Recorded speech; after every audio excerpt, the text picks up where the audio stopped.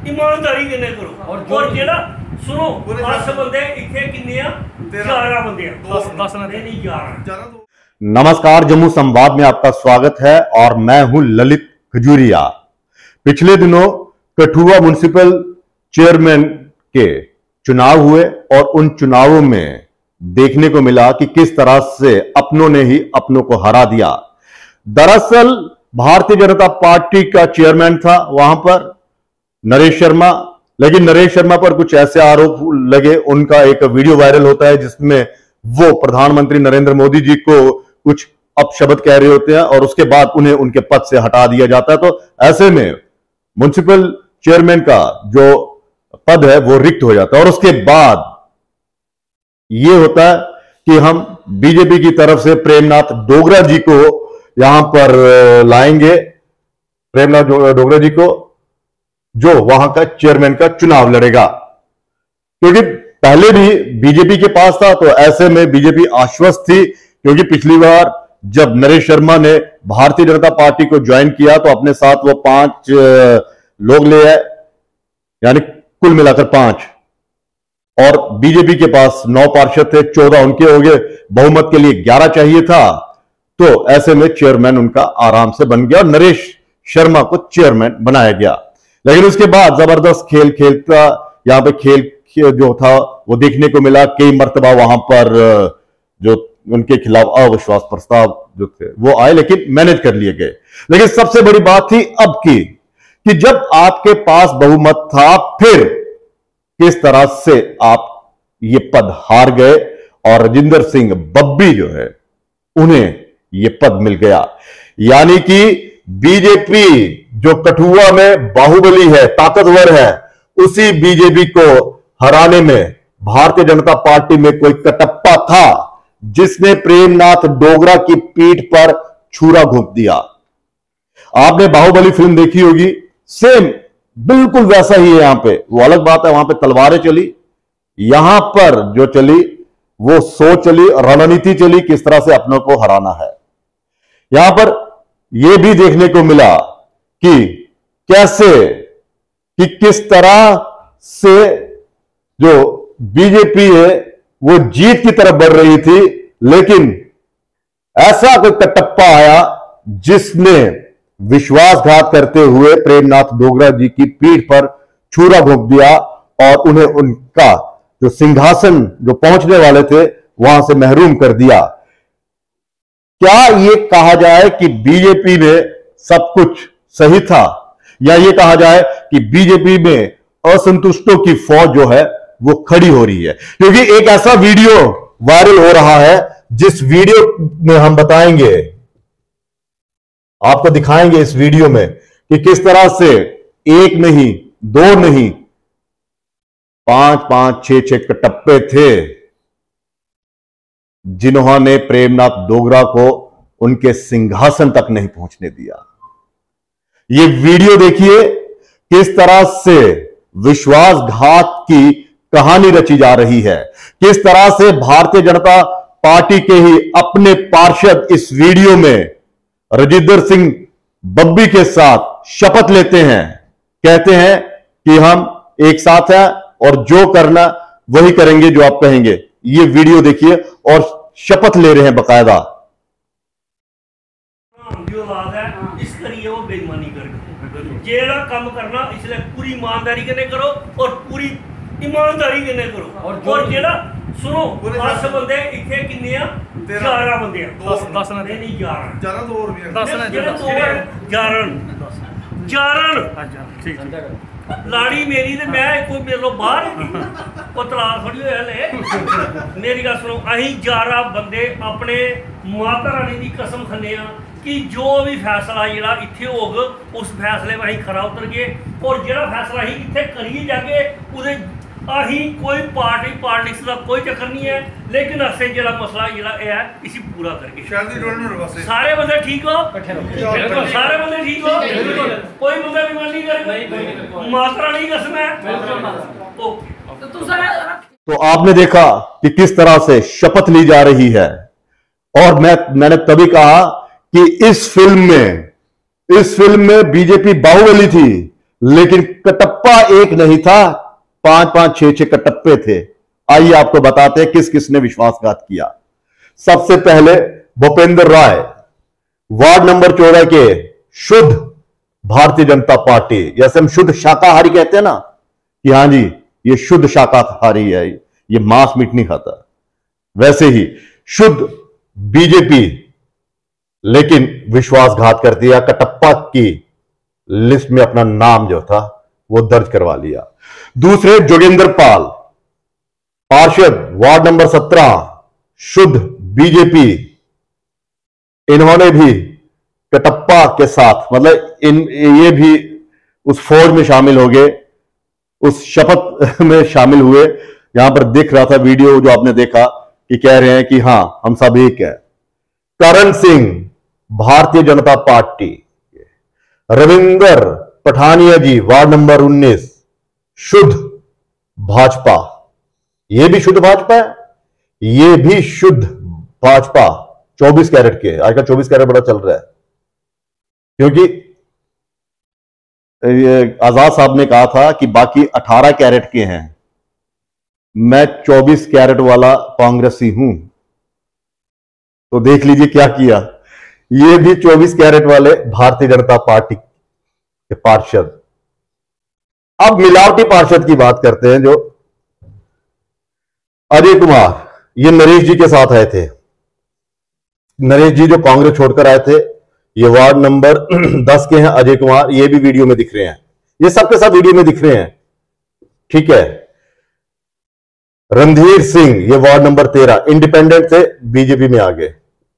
अब ये इनका जिक्र इसलिए हो रहा है कि बीजेपी ने जब पिछली मर्तबा, यानी कि इससे पहले राजेंद्र सिंह बब्बी जी से पहले, जो इन्होंने म्युनिसिपल वहां पे जो चेयरमैन का पद हासिल किया था, नरेश शर्मा उसके चेयरमैन बने थे, तब बीजेपी के पास 14 थे।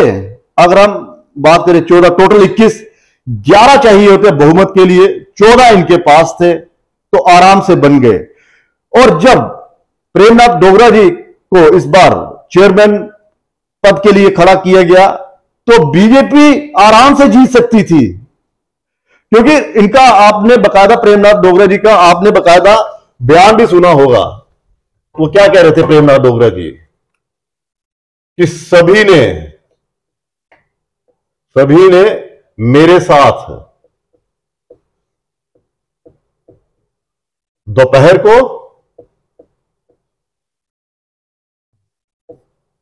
और रात को भोजन किया, मतलब कि खाना खाते रहिए सबने, और विश्वास भी दिलाया। विश्वास ये बहुत जबरदस्त है। एक कुमार विश्वास जी भी है, उनके साथ विश्वासघात हो गया था आम आदमी पार्टी में, तो लेकिन यहां पे इनके साथ विश्वासघात हो गया, अपने ही लोगों ने दगा दे दिया। कह रहे हैं कि सारा दिन मेरे साथ, दोपहर को खाना खाया, रात को खाना खाया, और सुबह पता नहीं क्या खेला हो गया। तो ये वीडियो बता रहा है कि कैसे ये बाहुबली होने के बाद भी किस तरह से यहां पर गद्दारों की लाइन लग गई। ये गद्दार ही हैं जिन्होंने अपने नेताओं को हराया, यानी कि क्रॉस वोटिंग की राजनीति में ने गद्दार ही कहा जाता है। वैसे ये कोई देश विरोधी नहीं है कि इनको हम जी गद्दारों वाली वो कर दें, ये राजनीति में जो विश्वासघात किया गया, क्योंकि इस बार जो वोटिंग हुई वो ये हुई कि बीजेपी के पास कुल 8 आए, 14 थे, 8 आए, तो सोच लिए ये थे सबके सब, ये 6 लोगों की लिस्ट। भूपेंद्र राय, जोगिंदर पाल, करण सिंह, रविंदर पठानिया, अजय कुमार, रणधीर सिंह। तभी मैं कह रहा हूं कि इस फिल्म में, बाहुबली में 1 कटप्पा था, इस फिल्म में 6 कटप्पे, यानी कि बीजेपी की जो ये फिल्म थी इस पे 6 कटप्पे आए, और बीजेपी को 8 मिले, 12 बब्बी को मिले, और 1 कैंसिल ही हो गया, और बन गए राजेंद्र सिंह बब्बी यहां के चेयरमैन। तो अब ये तस्वीर हमने आपको बता दी। अब सवाल क्या है? अब सवाल यह है कि ये वीडियो भी वायरल हो गया, ये वीडियो भी आप देख रहे हैं, और बीजेपी इन पर एक्शन लेने में इतनी सुस्त और खामोश क्यों है? क्यों नहीं वो अपने इन पार्षदों पर एक्शन ले रही है? क्यों नहीं वो जानना चाहती है कि आखिर क्या ऐसी मजबूरी थी कि अपनों ने ही धोखा दे दिया? ऐसा क्या था कि हम जीत की ओर बढ़ रहे थे, चेयरमैन की जो पद था वो हमारे पास आ रहा था, लेकिन अपनों ने ही दगा दे दिया और जिंदर सिंह बब्बी को यह पद उन्होंने सौंप दिया। ये कौन ऐसे गद्दार थे? आखिर क्या मजबूरी थी? कहीं वही तो नहीं जो हमने चंद दिन पहले तो तबसरा किया था कि अपनों की जो नाराजगी है वो ज्यादा देखने को मिल रही है, क्योंकि बाहरी नेता जो हैं वो हावी हो रहे हैं, उनको बड़े बड़े ओहदे दिए जा रहे हैं, और यहां से जो धरातल, जो जमीन से जुड़ा हुआ कार्यकर्ता है, जो शुद्ध 24 कैरेट का जो भारतीय जनता पार्टी का कार्यकर्ता है, उसे दरकिनार किया जा रहा है। तो ऐसे में भारतीय जनता पार्टी की जो आला कमान है वो खामोश क्यों है? क्या इन बड़े बड़े नेताओं के साथी अपने हैं क्या? रविंद्र रैना जी क्यों खामोश हैं, जो प्रदेश अध्यक्ष हैं, और उनके रहते हुए ही ये पद उनसे खिसक गया, यानी कि भाजपा से खिसक गया और अपनों ने ही दगा दे दिया।